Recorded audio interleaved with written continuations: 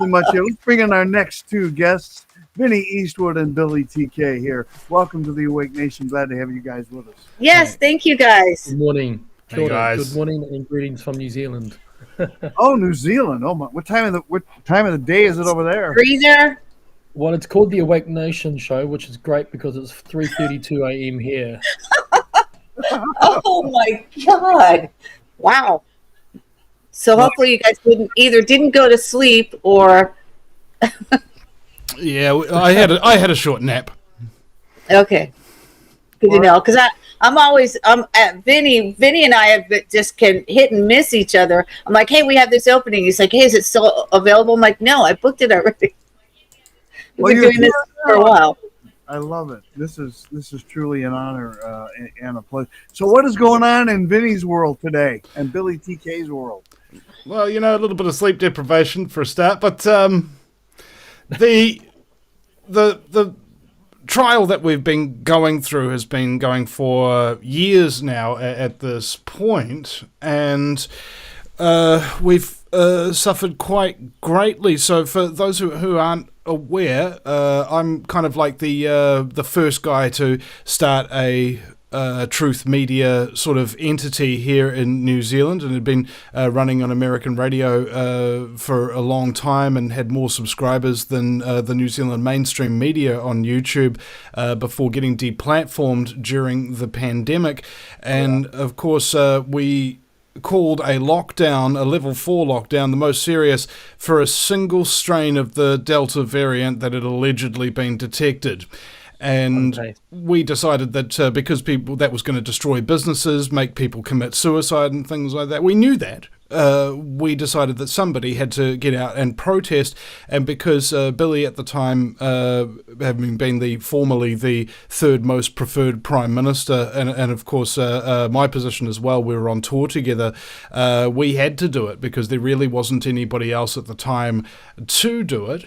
And what we thought was that they'd arrest us, maybe let us go, and then we'd be able to defend ourselves in court and things like that. But the bail conditions that they put us under for 6 weeks, not being able to leave the home, not being able to have an internet-capable device, not being able to access the internet, and having bail checks 4 o'clock in the morning or 11 o'clock at night, that kind of thing. Happened for a significant period of time, and that cost us a lot of lawyers' fees and things of that nature. Billy himself is up to $110,000 in unpaid lawyers' fees, and we are now 2 and nearly a half years on from the day of our arrest on August 18th, 2021, and we've appealed the decision of Judge Peter Winter, who sentenced Billy TK to 5 months prison and gave him a month off for the sentence we already served during our bail conditions, and I was given 4 months prison with a month off for serving mine. So we're facing collectively 4 months for Billy and 3 months prison for me for what amounts to standing within 2 meters of another person. And we're trying to get as much public attention on this issue as possible, because the very Bill of Rights of New Zealand, the right to peaceful assembly, the right to freedom of speech, so on and so forth, really pinges on this. Can the government just pass something at 4 o'clock in the morning like the COVID-19 Health Response Bill and then say suddenly, hey everybody, those fundamental rights that you had? You don't have those anymore. Are you guys still under some sort of a draconian lockdown there? I mean, 3 years in? No, we're not. We're not at the moment. So so let's be clear. New Zealand is really just another expressed symptom of the global franchise operation that we're under. We are in fact at the very front of the queue of what I call the tyranny lollipops that are being handed out around the world. We are a globalized country here. A lot of people believe that New Zealand is this utopian kind of Middle Earth, right, Hobbiton sort of hippie sort of, beautiful utopian country. And it used to be that when I was growing up. I'm 51 years of age now, and it was like that, certainly like that in the 70s and 80s, and everyone was free and free to think, and it wasn't too much of a big deal if you disagreed with someone, just got on with it. But of course, now we live in woke cancel culture, and we are at this stage under the rule of a Soviet style regime here in New Zealand. We've just got a new prime minister after the old one resigned. That was Jacinda Ardern, who is a World Economic Forum Young Global Leader. She's the former president of the International Union of Socialist Youth, and she's about as ready to be the next Secretary General of the United Nations as you can find, really. So I'm waiting for that. But the restrictions have been removed because of the fact that the virus is an endemic. However, the activating piece of legislation, which gives the government its power and authority to administer COVID tyranny by way of being able to enter into your home without a warrant, to check on you to see if you've got COVID-19 and force a medical experiment on you, whether you want it or not, by way of a invasive nasal swab test. And they can even remove you and your family from your home, again, without warrant, and take you away somewhere to be isolated, which is very, very scary because it suspends, as Vinny said, it suspends the New Zealand Bill of Rights Act 1990.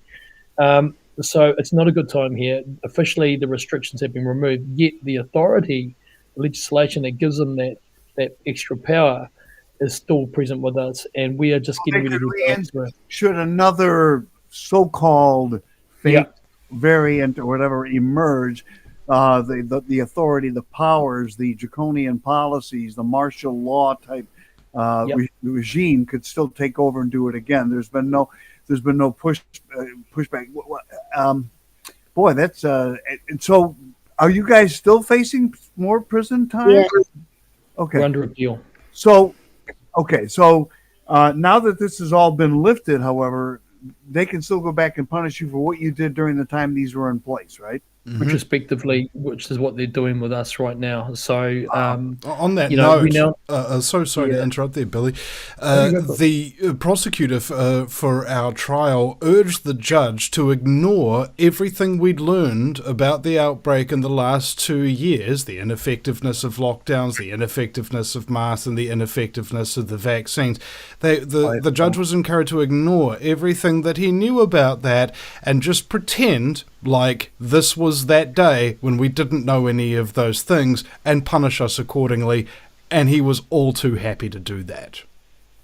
The appeal judge, to be fair though, the appeal judge, we were found guilty and sentenced in the lower court here in the lowest court that we have in New Zealand, and we've gone to a higher court to appeal the charges and the sentence. And I do believe that the appeal judge was genuinely horrified. I'm an ex-member of the police, New Zealand Police and Army. I was a very, very high-profile politician in the last election. We're going into another election this time, and next week. In point of fact, the election will be 4 days after we're sentenced. The verdict is found out. Great. Yeah, the judge was. I believe the judge was horrified. I don't have any criminal convictions or history, of course. And over here, Penny and David, we have people getting sentenced to home detention that have committed manslaughter. We've have gangbusters and gangsters and all that. We have pedophiles. We have people caught with child pornography, thousands of images, egregious images, sentenced to 6 months home detention. And this was a very well organized small protest, but an effective one. But we were arrested at it, and as Vinny said, we now know what we know today, which is what we already knew back then. But officially, it's all out, and but it doesn't matter because this is a lockstep operation, military operation, DARPA operation, UN operation, World Economic Forum operation that we're living through, and the plan just has to roll out regardless of the environmental conditions of a country like ours. So it's not a good time here in New Zealand. I wouldn't want to come here anytime soon, really. Billy, on a more positive note, can you tell us a little bit about your life and some of the things that you do Yeah, I'm a musically? former.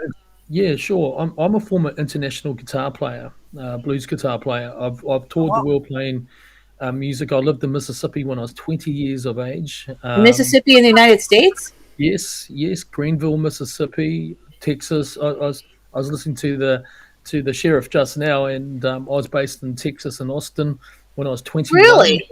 Yes, and that's like from New Zealand to somewhere like that when you're a kid. It's kind of like going to Neptune for a working holiday.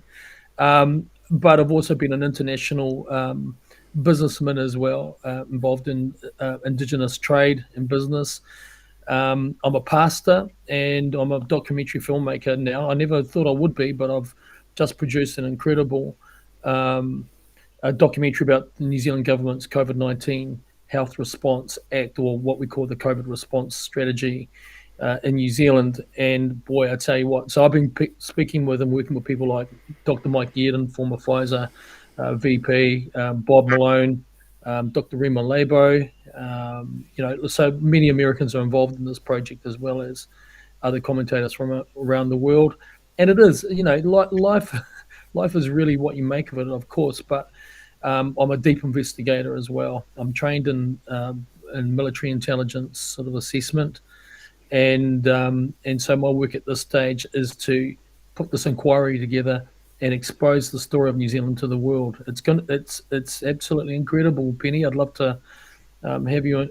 It's a three episode documentary, and episode one has just been released right now, and it's about really putting this documentary together so that eventually we can hold those corporates accountable for the great harm that they've caused New Zealanders. We definitely would like to bring you back. We just had Dave Summerall on, who is stophate.com, and he was at January 6th, and he was privy to a lot of footage.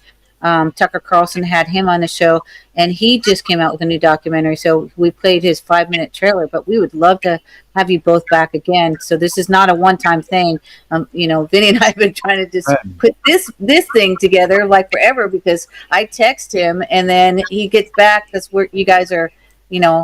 Are you in a different day? Today is Wednesday. Is it Wednesday? No. It's Thursday. So what you do is you text me yesterday, and what you need is a response today. And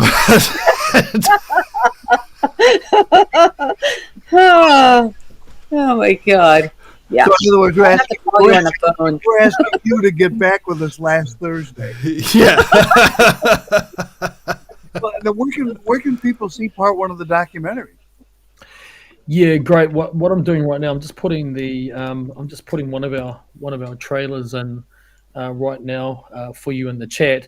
Basically, what we've done is we've had to be very, very careful how we release this at the moment. So we've got people from all around the world that want to see it. We've got film companies that want it. We've got a company in Hollywood that want to distribute it, which is cool. And so, long story cut short, at the moment we're doing a national speaking tour. I'm speaking on a circuit, and we're playing the documentary. It's a 2-hour long episode that we've produced for episode one, and that's about taking the claims of the New Zealand government about COVID, infection fatality rate, mask wearing. What else have we got? PCR test. Yep, there you go. There's the. We've just. Can I play a couple of minutes of this? Yeah, please do. At the very front, Dave, of the national anthem of New Zealand, and I'm playing the guitar on that. So yeah, please do. Okay.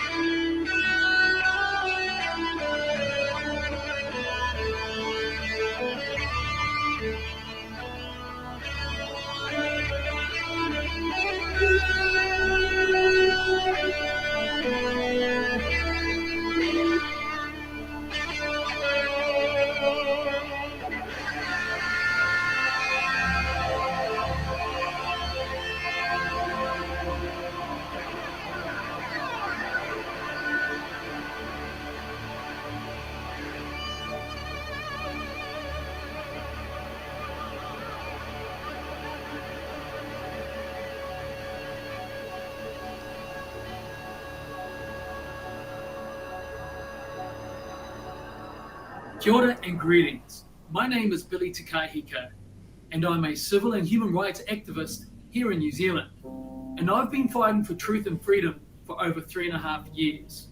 I'm a pastor and former member of the New Zealand Army and Police, and have been a community contributor for many years. I'm also a former international blues guitarist. Across 3 documentary episodes, you will travel with me across New Zealand to hear the stories of those Kiwis affected by the New Zealand government's COVID-19 response.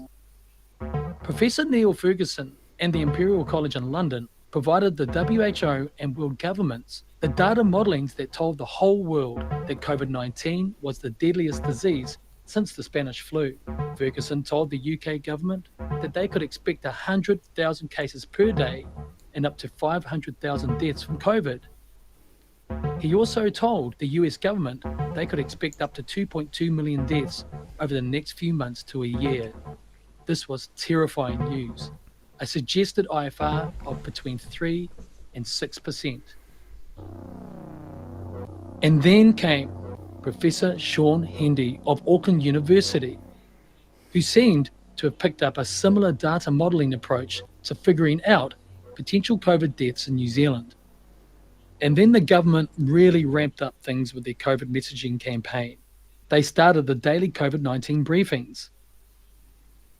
Welcome to the COVID-19 media update today. Welcome to today's media update. Today we have 18 new cases of COVID-19. If community transmission takes off in New Zealand, the number of cases will double every 5 days.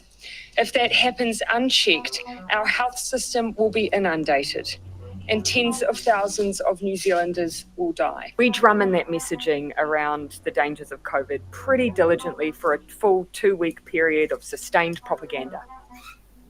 Okay, so let's see what other experts have to say about the infection fatality rate and risk of COVID-19. COVID-19 is a nasty flu-like virus. It's new, but it's not unique. The Ioannidis study shows the death rate is only very marginally worse than the standard flu viruses that kill hundreds of sick and elderly New Zealanders every year.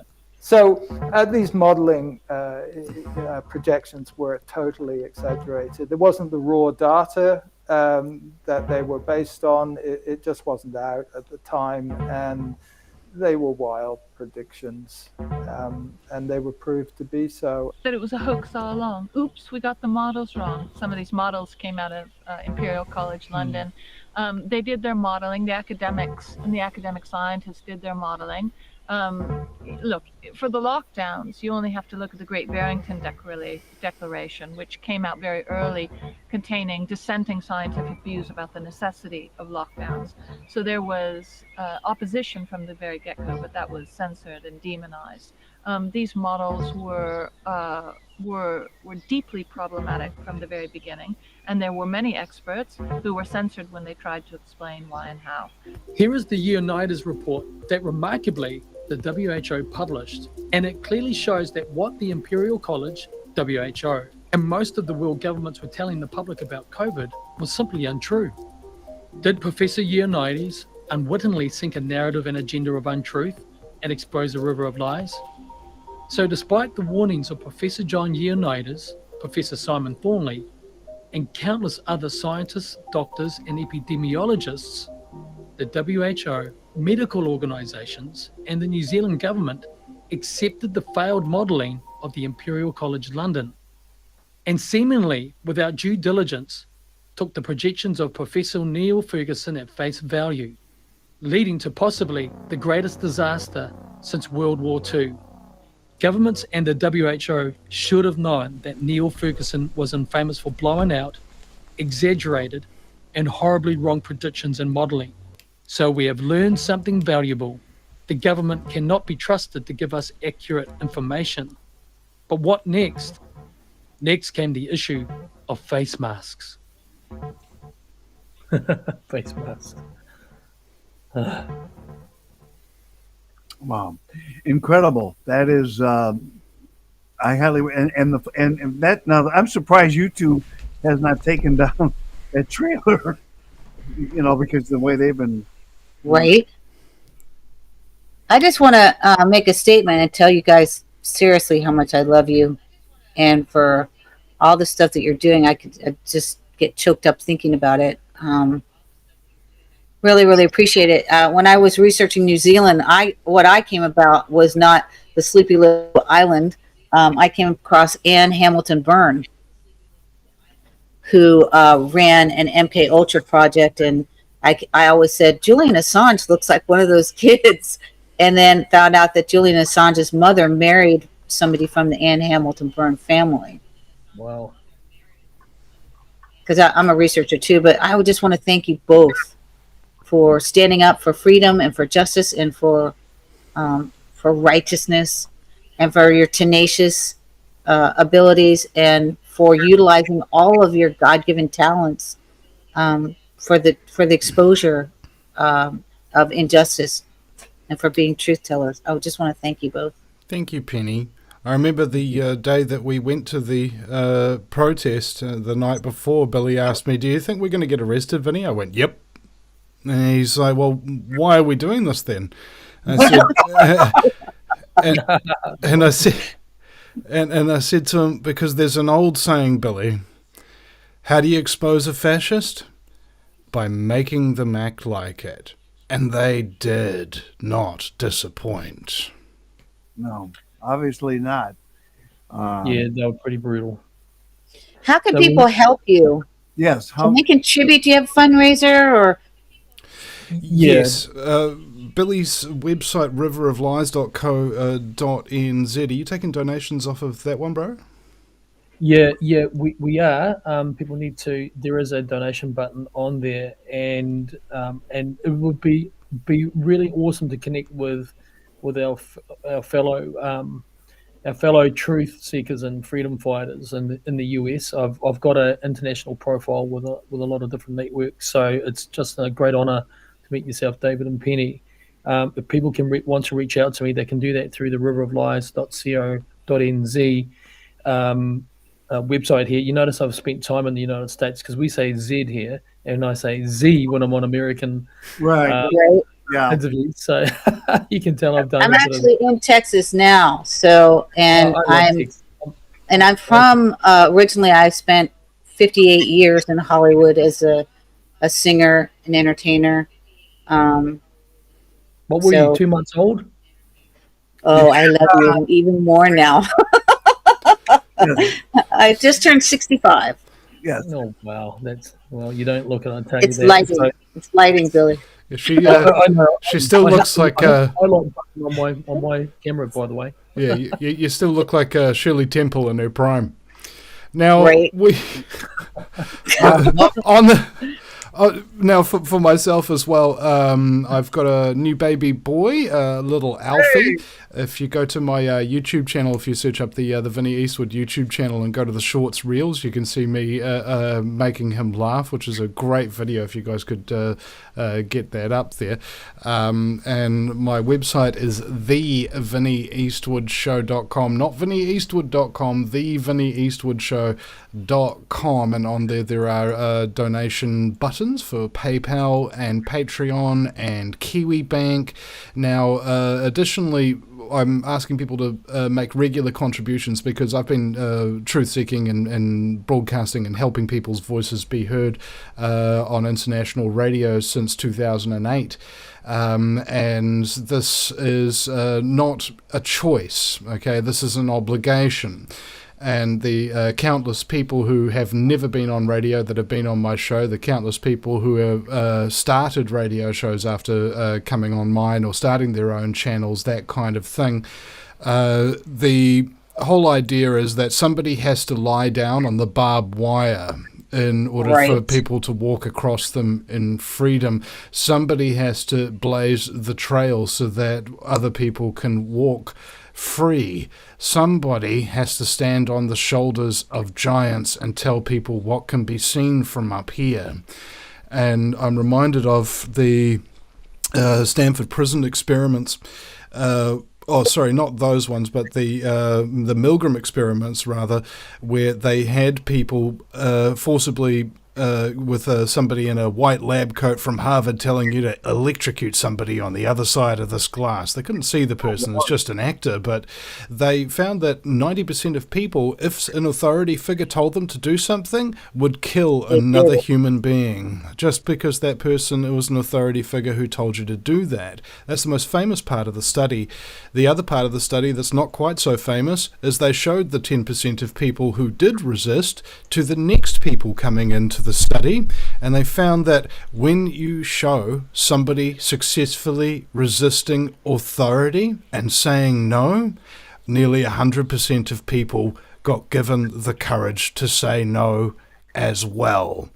Regardless of what consequences you face for standing up to authority, there is a greater consequence that authority must suffer, and that is the inspiration that you put out. It is like a water spring. What happens when you try to suppress a water spring? It starts burrowing sideways through rock, through sand, and through mud, and bursting through to the surface from places you cannot understand or comprehend. That is what the human spirit is like, and that's why Billy and I do this. Well, we admire you both, and we are honored that you came on the program today. We hope you'll come back again real soon. In the meantime, you've got your website listed there, both of you. Please contribute to their. I'm sure you get legal bills are not going to be cheap for defending. No, how much have these guys spent so far? So I didn't qualify for legal aid. We have a public funding situation here in New Zealand. I didn't qualify for that, but mine is around about 110,000 New Zealand dollars, which is probably about 80,000 USD at the moment. And unlike Vinny, I've actually had 2 cases brought against me in New Zealand. I've just been found innocent of the government accusing me of electoral fraud and dishonesty and deception charges, which I was in court 2.5 weeks ago. I spent a week in court every day for 8 hours a day. I was in a court prison cell, and at the end of it, I was found innocent of those Hallelujah. charges. Amen. It was my family and I have been through the mill with it. But as Vinny said, we really have no choice. Conscience compels people of good conscience and good faith to stand up. So it's been very, very costly. I don't have a regular job. I call myself self-unemployed. So I'm sure you know about that. I like that. I'm sure you both know about that. Well, thank you both for being with us, and let's do having it again real soon. Thank you for taking the time to get up early in the morning to come on the show. We appreciate it. Really appreciate it. I'd like to know the outcome of this next trial as well. So please keep us apprised. Vinny, just text me on WhatsApp, or if that's more convenient, or on Messenger, and give Billy my number. Will do. We'll try and get you some. I'd like to hook you up with Dr. Artis as well. Okay, Yeah, great. And one last bit of help, from the audience and yourselves. If there is anybody else, any other radio broadcasters, YouTubers, podcasters, things of that nature of the alternative media who might be willing to give us some coverage for this plight before the trial, and indeed the recap after the trial, please go and contact them and recommend us and give them our contact details for us, because we're trying as best we can just to keep our heads above water at the moment, and self-promotion is very, very difficult. So we do need some help from our colleagues internationally to deal with that. Absolutely. Thank you so much, gentlemen. Appreciate it. Thanks, guys. Thank you both. All right, Vinny Eastwood and Billy TK here on the Awake Nation, and we will definitely have them back there. The good people. We're going to take a quick break. When we come back, Dr. Lana Contos with Wellness Wednesday in her new time slot, which was very confusing for her, by the way, because it was my fault. Because we screwed up. So if we're up, we say we're sorry. We'll be right back right after this.